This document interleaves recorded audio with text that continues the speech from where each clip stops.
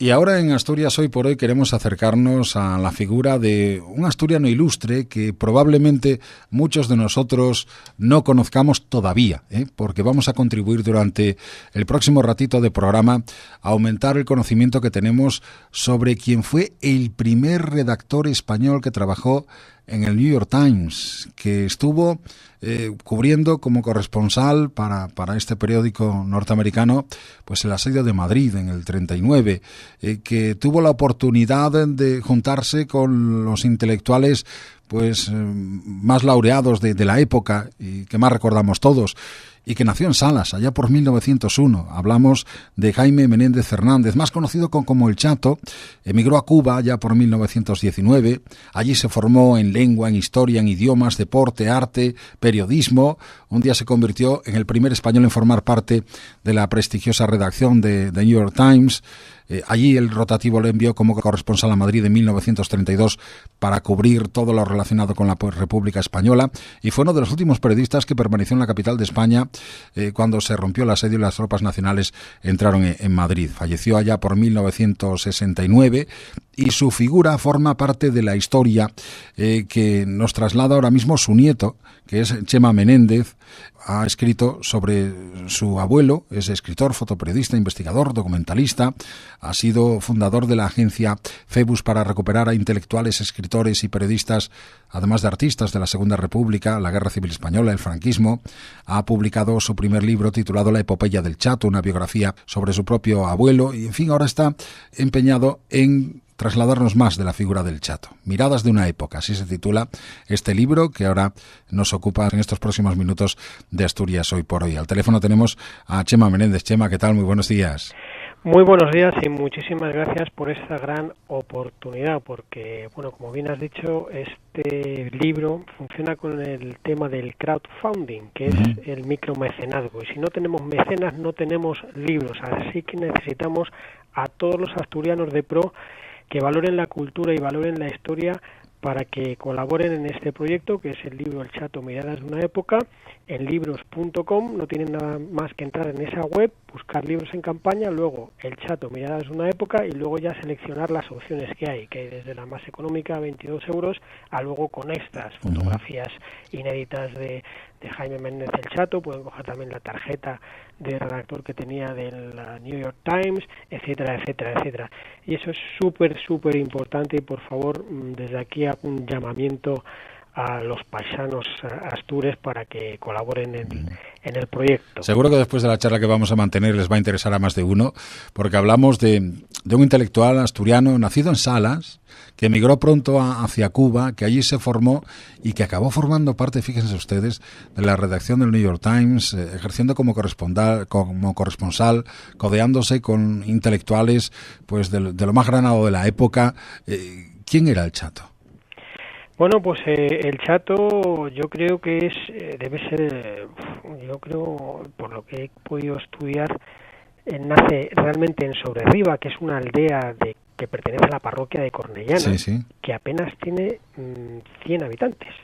Entonces, ¿cómo una persona que nace en una aldea de 100 habitantes se convierte en el primer español en ser redactor del New York Times? Yo creo que eso debe ser único en el mundo, y de ahí que yo venga a darle pues mucha cabezonería para que la historia de mi abuelo se conozca y se reconozca como merece y se le ponga a la altura que tenía en la Segunda República. En la Segunda República todos le consideraban a la misma altura que un Lorca, que un Alberti, que una Dolores Ibarruri o que una María Teresa de León.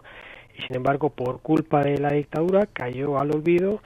Y yo como nieto me veo en la obligación de ponerle en el lugar que merece, porque estamos ante uno de los hombres que han hecho mucho por este país, porque además no solamente ese hecho, sino que también allí en Estados Unidos colaboró en el primer diario que se escribió en español, el diario La Prensa, y llegó a ser el primer asturiano que lo dirigió. Otro dato también importante, allí en Nueva York, cuando se proclamó la Segunda República, junto con otros intelectuales y compañeros de profesión que andaban por allí, fundaron la Alianza Republicana de Españoles en Nueva York. O sea, tiene muchos hechos históricos que han pasado también al olvido y que son relevantes para la historia de de Asturias, de España e incluso pues internacionalmente. Supongo, Chema, que la historia del Chato de Salas a Cuba es muy parecida a la de otros miles de asturianos. Pero a partir de ahí, ¿cómo es ese salto de Cuba a Nueva York y sobre todo la redacción del New York Times? Bueno, él es un poco diferente porque la mayoría de los asturianos pues fueron un poco a Cuba a buscar un poco de porvenir, de prosperidad, de dinero, pero mi abuelo iba enfocado a buscar Estados Unidos. Y usó Cuba como puerta, ¿no? Porque, bueno, pues tenía allí a sus hermanos y primero fue allí, trabajó en los almacenes de un paisano de Asturias, pero por las noches aprovechó para estudiar de forma autodidacta todo lo que has comentado por la noche, con la luz de un candil, porque entonces no había las modernidades de hoy en día, y claro, tiene un mérito enorme, y cuando ya se ve preparado con el inglés, pues decide irse a Estados Unidos. Allí pues llega a Nueva York, primero empieza a trabajar en una pastelería como dependiente, hasta que un día le echan porque, bueno, pues era muy goloso y se comió un par de pasteles de más de la cuenta, le pilló el jefe y le dijo, a la calle. Y bueno, seguidamente pues ya encontró trabajo en este diario que fue el diario La Prensa, y ahí empezó a escribir pues como periodista, y también lo hizo que, bueno, pues en una carta que tengo yo de otro ilustre asturiano que es Camilo Barcia Trelles, ¿sí? Pues le dedica un libro que escribió Camilo Barcia Trelles indicando, ¿no?, a Jaime Menéndez, el director del diario La Prensa, con mucho afecto y demás. Y luego, en esa misma fecha, que era más o menos 1925, se entera que hay pues un anuncio para cubrir un puesto de redactor de deportes. Él de deportes no tenía mucha idea, pero sí tenía una capacidad para, digamos, lo que se dice ahora vulgarmente, de empapar todas las informaciones posibles acerca de ese tema. Es lo que hizo, estudió, y cuando fue a la prueba, pues le seleccionaron, y así empezó primero como redactor de deportes. También tocó temas de cultura, porque él también sabía mucho de arte, mucho de pintura, y entonces pues de vez en cuando también tocaba algún tema de cultura, hasta que un día hizo una crónica de un partido de béisbol utilizando un léxico tan especial y con tan alta alcurnia, que uno de los jefazos del New York Times, un tal Herbert Matthews, que luego acabó aquí en la Guerra Civil como corresponsal, dijo, ¿quién coño ha escrito este artículo? Y dijeron, pues un español que hay en deportes. Y claro, se sorprendió tanto porque estaba tan bien escrito aquello. Y bueno, pues mantuvieron una reunión, y después de esa reunión pues le dijo, Menéndez, a partir de mañana se acabó deportes y cultura, empiezas en política internacional. Y así pues empezó en política internacional, que era realmente su pasión. A él lo que más le gustaba era la política internacional, aunque escribió, yo he encontrado artículos, como he dicho, de todos los palos, de deporte, de cultura, de pintura, de arquitectura, de ciencia. O sea, vaticinó en el diario España de Tánger en los años 50 el cambio climático, señores. ¿Sí? O sea, además tenía ese artículo lo guardo como oro en paño, porque en los años 50 vaticinar el cambio climático, hay que tener una visión de futuro y una inteligencia sí, es cierto, superior. Bueno, él vaticinó la Segunda Guerra Mundial. Él, en el año 34 escribió su libro, que fue publicado, Vísperas de Catástrofe, que uno lo lee, y bueno, me acuerdo que en el diario El Sol salió una crítica un poco, pues diciéndole que era un poco alarmista, que eso era una Segunda Guerra Mundial, que era muy difícil porque acabábamos de salir de una primera y tal y cual, y luego pum, pues no tardó mucho y efectivamente.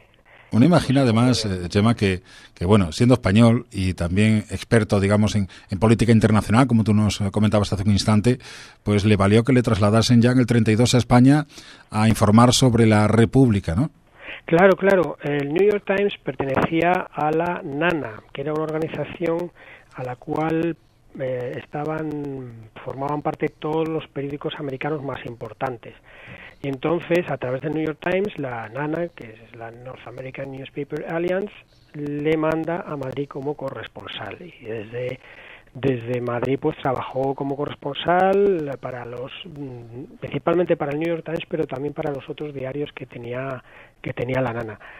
Hasta que, bueno, pues empieza a coger fama por su trabajo, le empiezan a caer ofertas de los mejores periódicos de la Segunda República, que los había tan buenos como el diario El Sol. Ahí recordemos que han colaborado desde hombres tan ilustres como Ortega y Gasset, Unamuno, Pío Baroja, luego un poquito más tarde Alberti, Antonio Machado, María Teresa León, Dolores Ibarruri, o sea, un periódico que ha sido la crème de la intelectualidad. Pues ahí llegó mi abuelo y formó parte de la redacción de política exterior del diario El Sol. Y luego lo llegó a dirigir ya en los últimos momentos de la guerra, porque además, como buen republicano convencido, fue de aquellos periodistas que se quedó hasta el último momento sacando el periódico, que eso también pues tiene mucho mérito, porque en ese momento en cada redacción de periódicos que había en Madrid, pues quedaban 3, 4, 5, 6, 7, y entre 7 personas sacar un periódico, o sea... labor ardua, desde luego, en aquellos tiempos. Es tremendo. Oye, ¿y qué pasó después de la toma de Madrid por los nacionales? Publica El Sol hasta el 28 de marzo, si la memoria no me falla, o sea, es que tremendo. Tanto él como Eduardo de Guzmán, que también publicaba, era el director de Castilla Libre, se quedaron hasta el ultimísimo momento sacando los periódicos hasta el 28 de marzo. La guerra termina el 1 de abril, o sea, es que tiene un mérito enorme. Y ya cuando vieron que ya las tropas estaban ya que les iban, que ya entraron, pues ya estaban en Madrid. Incluso fue cuando mataron de un tiro a uno de los periodistas que no se quiso ir, que era Mauro Bajatierra, si la memoria no me falla. Pues ellos sí salieron a Alicante, y en Alicante pues no llegaron los barcos porque no los dejaron entrar. O sea, la armada italiana que estaba por allí pues y franquista pues no dejaron entrar los barcos y no pudieron irse. Y entonces pues ahí les hicieron presos a todos los republicanos que estaban allí. A los hombres los llevaron a campos de concentración, a las mujeres las llevaron a cines y teatros. Y claro, pues estuvo allí primero en el campo de concentración de los Almendros, luego en el campo de concentración de la Plaza de Toros de Alicante, que es uno de los lugares también muy pocos conocidos y que pasaron unas penurias terribles porque dormían en el albero.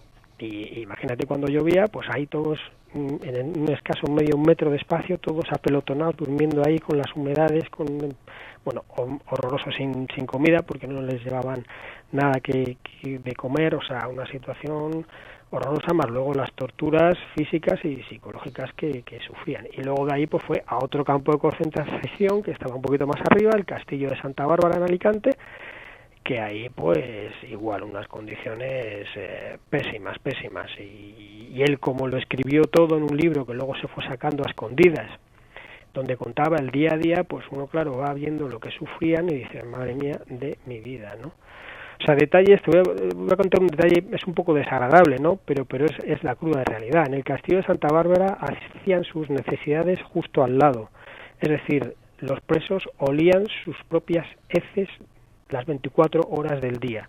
Eso es una tortura durísima, y así estuvieron 1 semana, 2 semanas, 3 semanas, 4, y nadie ponía remedio a esa situación, hasta que había ya tantas heces juntas que empezaron a caer por una ladera del castillo, llegaron a una finca de un señorito. Y cuando ya llegaron a la finca del señorito, que vio cómo olía aquello, dijo, ¿pero esto qué es? Esto no puede ser, hay que arreglarlo. Y entonces ya se tomaron medidas, ¿no? Mandaron un camión para arreglar aquella situación. ¿Y hasta cuándo estuvo preso el Chato, entonces? Él estuvo preso hasta 1944. Y eso que tenía sus buenos contactos. Él era amigo de Claude Bowers, que era el embajador de Estados Unidos, nada más y nada menos.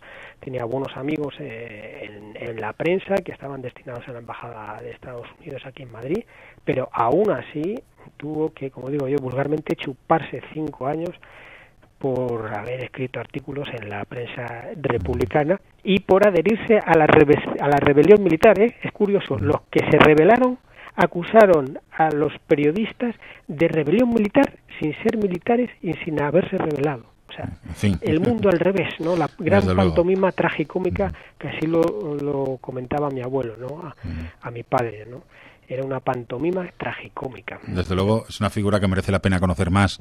Por eso hoy queríamos hablar de este libro, El Chato, Miradas de una época, que publica ahora su nieto, el nieto del Chato, Chema Menéndez. Y si les apetece pasar por esa página web en libros.com y echar una mano, porque se trata de un proyecto también de crowdfunding, de micromecenazgo, pues muchísimo mejor. Es una manera de acercarse a un asturiano que ha tenido mucho que contar en ese periodo tan turbio de la historia de España.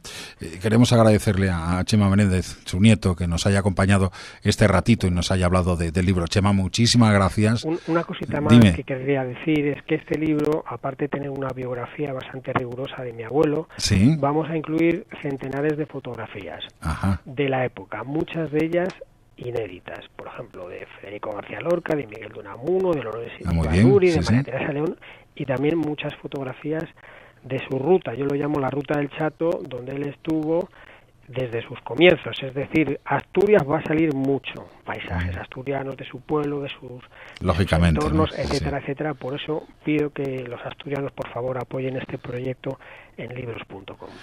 Pues ahí queda, eso queríamos resaltar, la historia del Chato.